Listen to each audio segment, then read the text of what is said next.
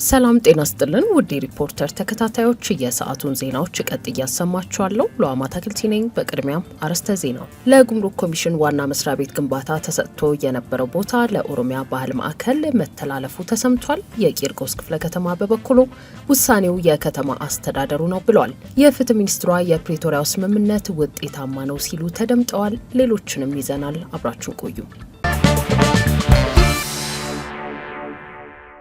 በአዲስ አበባ በቂርቆስ ክፍለ ከተማ ለኢትዮጵያ ጉምሩክ ኮሚሽን ዋና መስሪያ ቤት ግንባታ ከአንድ ዓመት በፊት ተሰጥቶ የነበረው 12000 ካሬ ሜትር ቦታ ለኦሮሚያ ባህል ማዕከል ማስፋፊያ ፕሮጀክት እንዲውል መተላለፉ ታውቋል። በክፍለ ከተማው ወረዳ 10 ቀበሌ 01 በተለምዶ መሿለኪያ ተብሎ የሚጠራው 92 መኖሪያ ቤቶች የሚገኙበት የመኖሪያ አካባቢ በህዳር ወር 2016 ዓ.ም ለኮሚሽኑ ዋና መስሪያ ቤት ህንፃ ግንባታ መሰጠቱን የገንዘብ ሚኒስቴርም ለሚገነባው ህንፃ ዲዛይን ስራ የሚውል 60 ሚሊዮን ብር መመደቡን በወቅቱ መዘገባችን ይታወሳል። ከተጠቀሰው አካባቢ ፊት ለፊት በሚገኘው ስፍራ ባለ 15 ወለል ህንፃ በአመት 67 ሚሊዮን ብር የኪራይ ክፍያ የሚፈጽመው ጉምሩክ ኮሚሽን ለህንፃ ግንባታ የሚሆነው መሬት እንዲሰጠው ከጠየቀ ረጅም ጊዜያት ማስቆጠሩን የተቋማዊ አስተዳደር ቢሮ ኃላፊ አቶ አዱኛው አንዱ አለም በወቅቱ ለሪፖርተር መግለጻቸው አይዘነጋም። ክፍለ ከተማው ለኮሚሽኑ መሬቱን እንደሚሰጥ ከተረጋገጠ በኋላ በህዳር ወር 2016 ዓ.ም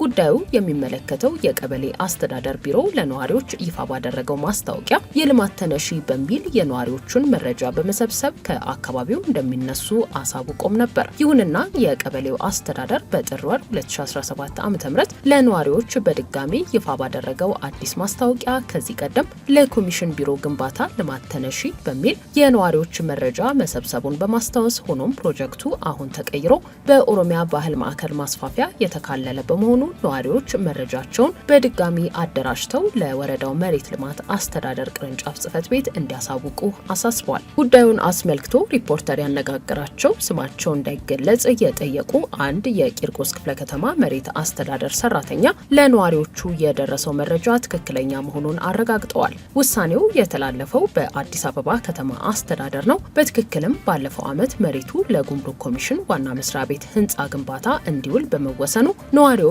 ከአካባቢው ለልማት እንደሚነሱ ዓላማውንም አሳውቀን እንቅስቃሴ ተጀምሮ ነበር። አሁን ግን የከተማ አስተዳደሩ መሬቱ ለኦሮሚያ ባህል ማዕከል ማስፋፊያ ፕሮጀክት እንደሚፈለግና እንደገና መረጃ እንድናደራጅ ስላሳወቀን ይህንኑ እያደረግን ነው ሲሉ ኃላፊው አስረድተዋል። ለልማት እንደሚነሱ ቀበሌው ያሳወቃቸው ሪፖርተር ያነጋገራቸው ነዋሪዎች በበኩላቸው በ2016 ዓ.ም ህዳር ወር የመኖሪያ ስፍራው ለልማት እንደሚፈለግና እንደሚነሱ ከተነገራቸው በኋላ ከቀበሌ ቤት እስከ የጋራ መኖሪያ ቤት ባለ 2 መኝታ ቤት ድረስ ፍላጎታቸውን የሚያሳውቅ ፎርም ጭምር ሞልተው እንደነበር ተናግረዋል።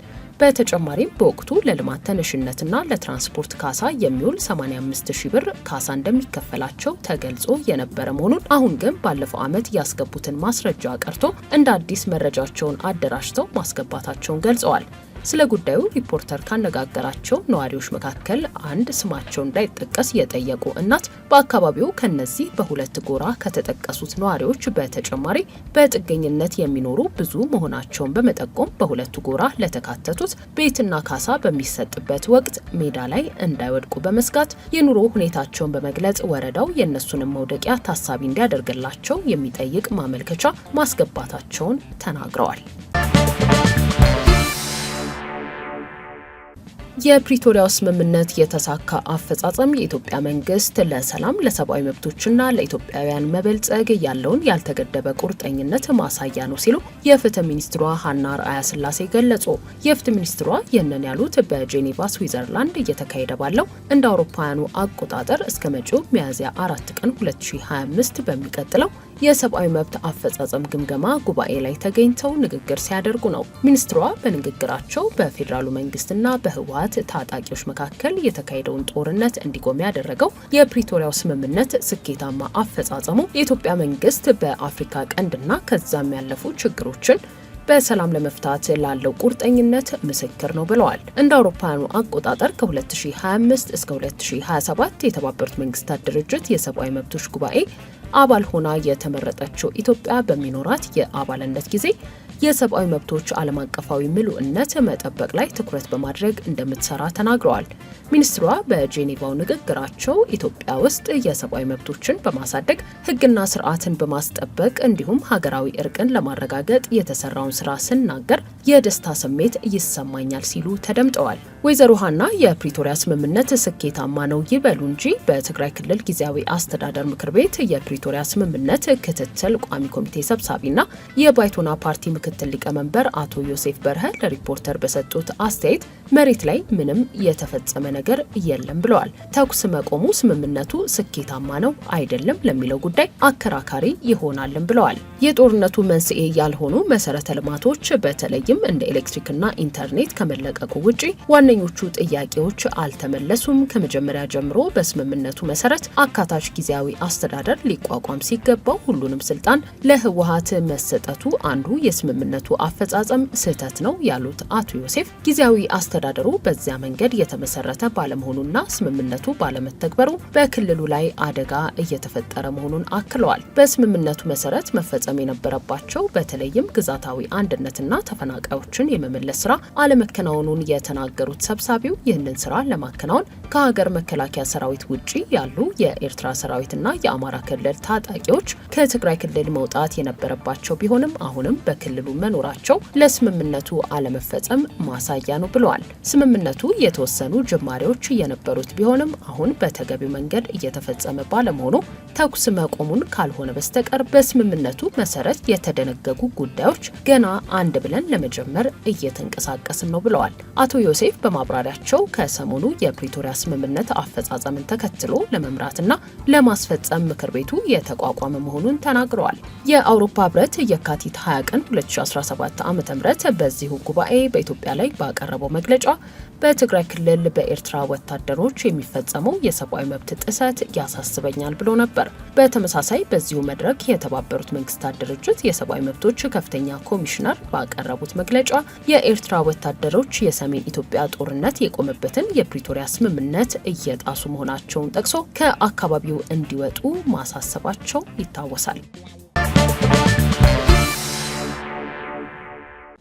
የኢትዮጵያ ኤሌክትሪክ አገልግሎት ከሚያዝያ እስከ ሰኔ ወር ድረስ የፍጆታ የአገልግሎት ታሪፍ ተመን ጭማሪ ሊያደርግ መሆኑ ታውቋል። በዚህም መሰረት የኢትዮጵያ ኤሌክትሪክ አገልግሎት ከሚያዝያ እስከ ሰኔ ወር ድረስ በመኖሪያ ቤት ታሪፍ ላይ 0.5 ኪሎዋት ሰዓት የሚጠቀሙ ደንበኞች የፍጆታ ታሪፍ 60 ሳንቲም እንዲከፍሉ የሚደረግ ሲሆን የአገልግሎት ክፍያ ተመንን በተመለከተ ለድህረ ክፍያ 10 ብር ከ95 ሳንቲም ሲከፍሉ ለቅድመ ክፍያ 4 ብር ከ18 ሳንቲም እንደሚከፍሉ ሪፖርተር ያገኘው ሰነድ ያሳያል። የመኖሪያ ቤት ታሪፍን በተመለከተ ከ51 እስከ 100 ኪሎዋት የሚጠቀሙ ደንበኞች 1 ብር ከ49 ሳንቲም፣ ከ101 እስከ 200 ኪሎዋት 2 ብር ከ67 ሳንቲም፣ ከ201 እስከ 300 ኪሎዋት የሚጠቀሙ ደንበኞች 3 ብር ከ84 ሳንቲም እንደሚከፍሉና በየኪሎዋቱ መጠን ክፍያው የሚለያይ እንደሆነ ሰነዱ ያስረዳል።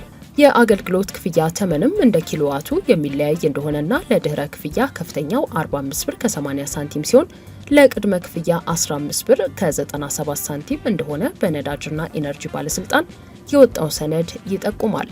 የነዳጅና ኢነርጂ ባለስልጣን የኢነርጂ አቅርቦት ስርጭት ሬጉሌሽን ስራ አስፈጻሚ አቶ ባህሩ ኦሊጂራ እንደገለጹት በየ3 ወራት በፍጆታና በአገልግሎት ታሪፍ ላይ ከሚያዝያ ወር ጀምሮ ጭማሪ ይደረጋል። የመኖሪያ ቤት፣ የንግድ፣ የአነስተኛ ኢንዱስትሪ፣ የመካከለኛ ኢንዱስትሪዎችና የመንገድ ላይ መብራቶች ላይ እንደ ኪሎዋቱ ልዩነት ጭማሪ የሚደረግ መሆኑንም አክለው ገልጸዋል። ከጥር እስከ መጪው መጋቢት ወር ድረስ 0.5 ኪሎዋት የሚጠቀሙ የመኖሪያ ቤት ደንበኞች 52 ሳንቲም እንዲከፍሉ የሚደረግ ሲሆን የአገልግሎት ክፍያ ተመን ለድህረ ክፍያ ደግሞ 10 ብር ከ71 ሳንቲም እንዲከፍሉ ሲደረግ ለቅድመ ክፍያ ደግሞ 4 ብር ከ01 ሳንቲም እንዲከፍሉ ይደረጋል ብለዋል። በተመሳሳይ የንግድ፣ የአነስተኛ ኢንዱስትሪ፣ የመካከለኛ ኢንዱስትሪዎችና የመንገድ መብራቶች በተቀመጠላቸው አሃዝ መሰረት እንዲከፍሉ እየተደረገ መሆኑን ስራ አስፈጻሚው ተናግረዋል። በተለይም ማህበረሰቡ ላይ ጫና እንዳይፈጠር በየ3 ወራት የፍጆታና የአገልግሎት ታሪፍ ተመን ጭማሪ እንዲደረግ ውሳኔ መተላለፉን የኢትዮጵያ ኤሌክትሪክ አገልግሎት ኮሚኒኬሽን ስራ አስፈጻሚ አቶ መላኩ ታዬ ለሪፖርተር ተናግረዋል። የኃይል ማመንጫ ዋጋ በመጨመሩ ብቻ የተጨመረው ታሪፍ በ1 ኪሎዋት ሰዓት ከ4 ዓመታት በኋላ 6 ብር እንደሚሆን ከዚህ ቀደም መዘገባችን አይዘነጋም። ውድ የሪፖርተር ተከታታዮች የሰዓቱ ዜናዎቻችን እነዚህ ነበሩ። ስላደመጣችሁን ከልብ እናመሰግናለን።